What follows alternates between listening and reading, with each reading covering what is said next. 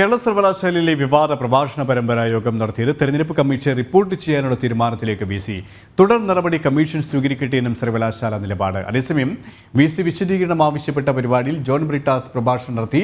VCയുടെയും രജിസ്ട്രാറുടെയും നിർദ്ദേശങ്ങൾ ലംഘിച്ചുകൊണ്ടാണ് ഇടത് സംഘടനയായ എംപ്ലോയീസ് യൂണിയന്റെ നേതൃത്വത്തിൽ പ്രഭാഷണം നടത്തിയത്. ഇവരുമായി ടിൻഡു ദാസ് ചേരുകയാണ്. ടിൻഡു, ഈ നിർദ്ദേശങ്ങൾ അവഗണിച്ചുകൊണ്ട് തന്നെയാണ് ജോൺ ബ്രിട്ടാസ് MP അവിടെ എത്തുകയും പ്രഭാഷണം നടത്തുകയും ചെയ്തത്. ഇതിനെതിരെ എത്രത്തോളം പ്രതിഷേധം ശക്തമാവുകയാണ്. ഒപ്പം ഈ തെരഞ്ഞെടുപ്പ് പെരുമാറ്റച്ചട്ട ലംഘനം നടത്തിയതുമായി ബന്ധപ്പെട്ട് VCയുടെ നിലപാടും എത്രത്തോളം നിർണായകവുമാണ്? എല്ലാ നിർദ്ദേശങ്ങളും ലംഘിച്ചുകൊണ്ടാണ് ജോൺ ബ്രിട്ടാസ് MP കേരള സർവകലാശാല കോമ്പൗണ്ടിനകത്ത് ഇത്തരത്തിലൊരു പ്രഭാഷണം നടത്തിയത്. കഴിഞ്ഞ ഒരു മാസമായി സമാനമായ രീതിയിൽ തന്നെ ഈ എംപ്ലോയീസ് യൂണിയന്റെ നേതൃത്വത്തിൽ പ്രഭാഷണ പരിപാടികൾ നടന്നു വരികയായിരുന്നു. ആ ഒരു സാഹചര്യത്തിലും കൂടെയാണ് ഇന്ന് ഇത്തരത്തിലൊരു പ്രഭാഷണ പരിപാടിയിലേക്ക് കടക്കുന്നതിന് മുന്നോടിയായി തന്നെ VC രജിസ്ട്രാർക്ക് നിർദ്ദേശം നൽകിയത്.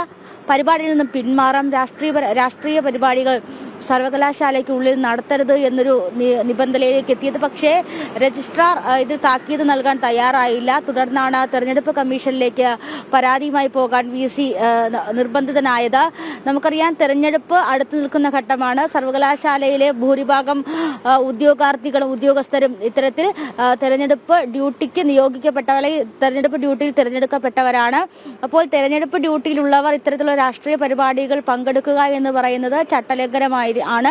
ഒരുപക്ഷെ തെരഞ്ഞെടുപ്പ് കമ്മീഷൻ ഇതിൽ ആക്ഷൻ എടുക്കുകയാണെങ്കിൽ സർവകലാശാലയോട് മാത്രമായിരിക്കും ഈ വിഷയങ്ങളുമായി ബന്ധപ്പെട്ട വിവരങ്ങൾ അന്വേഷിക്കുക.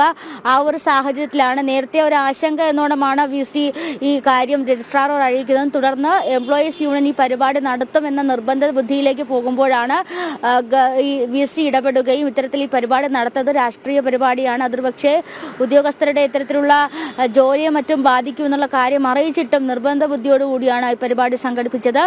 നമുക്കറിയാം, ഇടത് സംഘടനയാണ് എംപ്ലോയീസ് യൂണിയൻ. അപ്പോൾ ഇടത് സർക്കാരിൻ്റെ ആശയങ്ങൾ ഇടത് ആശയങ്ങൾ ഊന്നിക്കൊണ്ടായിരുന്നു ഇത്തരത്തിൽ ജോൺ ബ്രിട്ടാസ് പ്രഭാഷണം നടത്തിയത്.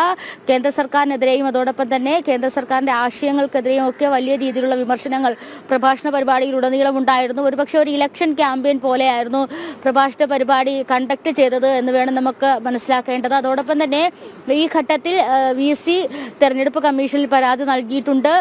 തെരഞ്ഞെടുപ്പ് കമ്മീഷൻ അടുത്ത ഘട്ടം തീരുമാനിക്കട്ടെ എന്നാണ് ഇപ്പോൾ സർവകലാശാലയുടെ നിലപാട്.